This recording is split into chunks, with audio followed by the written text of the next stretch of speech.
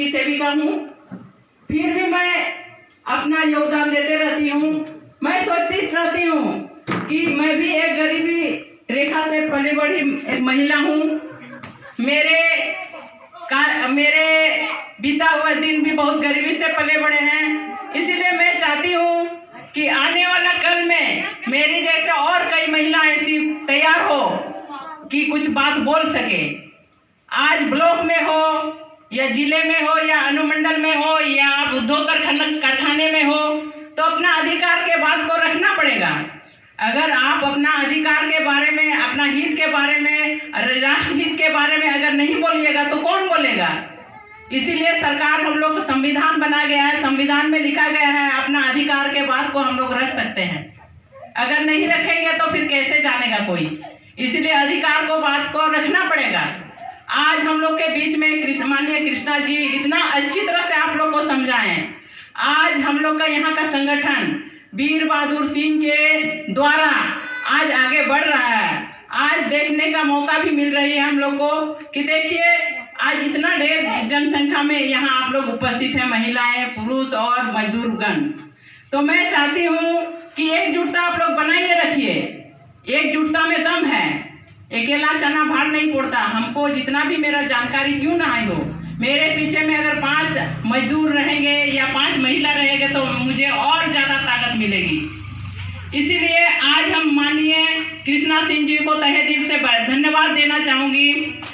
और मेरे आंगनबाड़ी सेविका सहायिका बहनों के लिए जो इतना प्रयासरत किए, आंदोलन किए, आप धरना प्रदर्शन दिए शायद 2019 में, और उसका फल आज आंगनबाड़ी सेविकाओं लोगों को मिल गया है। आज 2000 आंगनबाड़ी सेविकाओं का मानदेय बढ़ा दिया गया है और सहायिका का 1000। ये भी कम बड़ी बात नहीं है। आज जो बैंक के माध्यम से आज मजदूरों का अकाउंट में जाना, बैंक का अकाउंट में जाना, ये भी बहुत बड़ी बात है। पहले हाथ में दिया जाता था, हाथ में अगर मजदूर पैसा लेके आधा रास्ता में ही खत्म कर देता था और घर पहुंचाता थोड़ा बहुत, और घर में कलह मच जाती थी। तो इसीलिए आज जो इनका देन है, माननीय प्रधानमंत्री महोदय को आग्रह करके या निवेदन करके जो आज हम लोग के मजदूर के हित में आए, इन्होंने काम किया है, बहुत ही सराहनीय कार्य है। और मैं इनको तहे दिल से बार बार जितना भी उसको बधाई देंगे कम ही होगी। तो मैं और एक बार यही आप लोग से कहना चाहूंगी, आज सुरधा माइंस खदान बंद पड़ी हुई है। क्यों, किस लिए? ये भी कुछ कारण है। आज देखिए पर्यावरण प्रदूषण का एनओसी मिल गई है, फिर भी खनन पदाधिकारी के द्वारा एसीएल प्रबंधक को बार बार परेशान किया जा रहा है कि खनन का आपका इतना करोड़ रुपया बकाया है।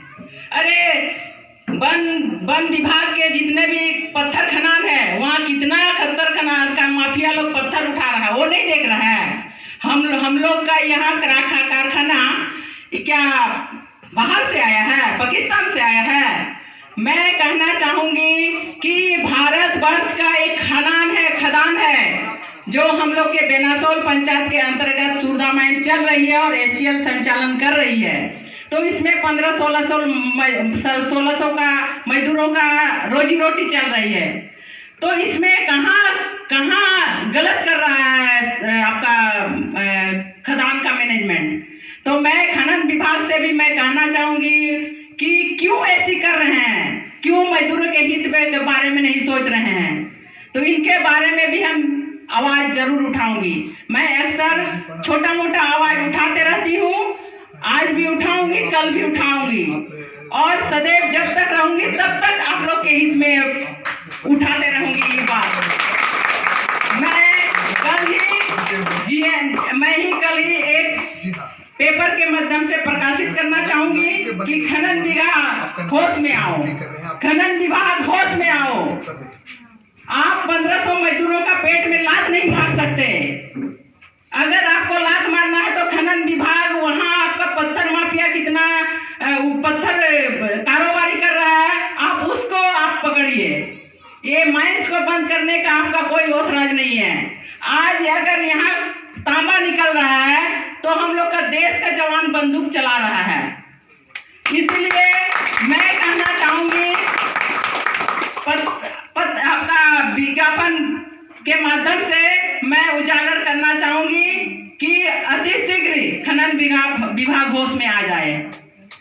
मैं आज यहाँ आप लोग के बीच में कर रही हूँ, लेकिन यहाँ आप लोग को कोई झूठी वादा नहीं कर रही हूँ।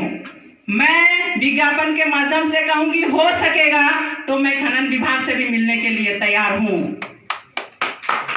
आज बहुत ही खुशी की बात है कि आज कृष्णा सिंह जी यहाँ आए हैं और मुझे लग रही है कि अगर इस तरह से इनका छत्रछाया हम लोग को मिलेगा तो हम लोग बहुत आगे बढ़ेंगे। यहाँ आज इतना बहनों और भाइयों आप लोग यहाँ आए हैं तो आप लोग का साथ चाहिए हम लोगों को। अगर आप लोग का साथ रहेगा तो हम लोग आगे जरूर कामयाब होंगे।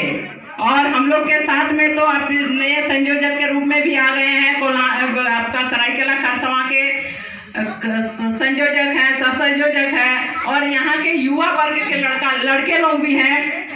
अगर हम लोग चाहेंगे तो इसमें अब जो खनन विभाग के पदाधिकारी हैं उसके खिलाफ में भी हम लोग आवाज उसको प्रधानमंत्री तक दे सकते हैं। आज मुझे खुशी महसूस हो रही है कि आप लोग के बीच में हमको एक दो बात बोलने का मौका मिल रही है, लेकिन हम भाषण उतना नहीं ज़्यादा बोल नहीं सकते हैं। हो सके तो मुझे माफ़ कर देना, मुझे डर भी लगती है और आप लोग को भी हम सजेस्ट कर रहे हैं, लेकिन आप लोग मत डरिए। हम जैसी हिम्मत रख रहे हैं आप लोग भी इसी तरह से हिम्मत बनाए रखिएगा।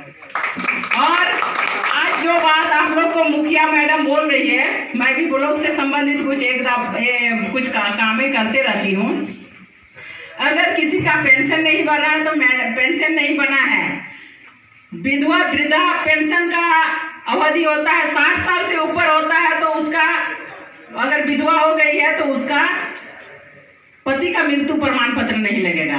अगर वृद्धा 60 साल से ऊपर हो गई हो, अगर कोई जेंट्स भी 60 साल से ऊपर हो गया है तो उसका 2 आधार लगेगा, 2 फोटो लगेगा और बैंक का ये लगेगा, खाता लगेगा। आप लोग सीधे मुखिया के पास संपर्क कीजिएगा। और दूसरी बात, जो 60 साल से कम एज में विधवा हो रही है तो उसका मृत्यु प्रमाण पत्र लेगा। तो मृत्यु प्रमाण पत्र के लिए आप लोगों को अप्लाई करना पड़ेगा। हो सकेगा मृत्यु वहाँ बाहर में हुआ हो, इसीलिए बाहर में अगर कहीं हुआ हो तो उसे बाहर से ही आपका सर्टिफिकेट बनेगा। और आप लोग एकजुटता बन के आप लोग कुछ भी समस्या होगा तो बिन बहादुर को बोलिएगा, हम लोगों को बोलिएगा, हम लोग आप लोग के साथ रहने के लिए तैयार हैं। मैं आज आप लोग के बीच में आके खुशी मुझे महसूस हो रही है कि देखिए आज आप लोग के बीच में हम एक दो बात रख रहे हैं और कह रहे हैं और आगे भी रहेंगे। हमसे कुछ हेल्प अगर आप लोग को लेना है तो हम हेल्प देने के लिए भी तैयार हैं। बस आज इतना करके अपना वक्तव्य को विराम दे रही हूँ। धन्यवाद। जय हिंद, जय झारखंड।